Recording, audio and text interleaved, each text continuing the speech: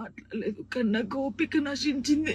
నాకు ఈ బాధ తట్టుకోలేకపోతున్నా, ఎవరికి చెప్పుకోవాలి కూడా అర్థం కావట్లేదు నాకు. నా లైఫ్ మీద మీకు ఇంత ఇంట్రెస్ట్ ఎందుకు? మీ లైఫ్ మీద పెట్టుకోండి కదా. ఆ టైంలో మీ లైఫ్ మీద పెట్టుకుంటే బాగుంటది. ఒక అమ్మాయి జీవితంతో ఆడుకున్నాడు ఎందుకు? నా కొడుకుని మంచి చదువుకొని మంచి పొజిషన్లో చూడాలనుకున్నా, అది చూడలేనేమో నాకు అర్థమవుతుంది. నేను బద్దల్లే పోతా. ఇది మాట్లాడితే మీరు ఏదో ఆపేస్తారు, ఇది కాదు. ఓపిక నశించి నేను ఎప్పుడు దేనికి రియాక్ట్ కాలేదు.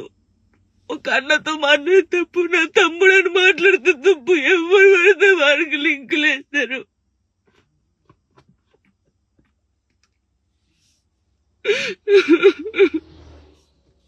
నాతో అయితే లేదు.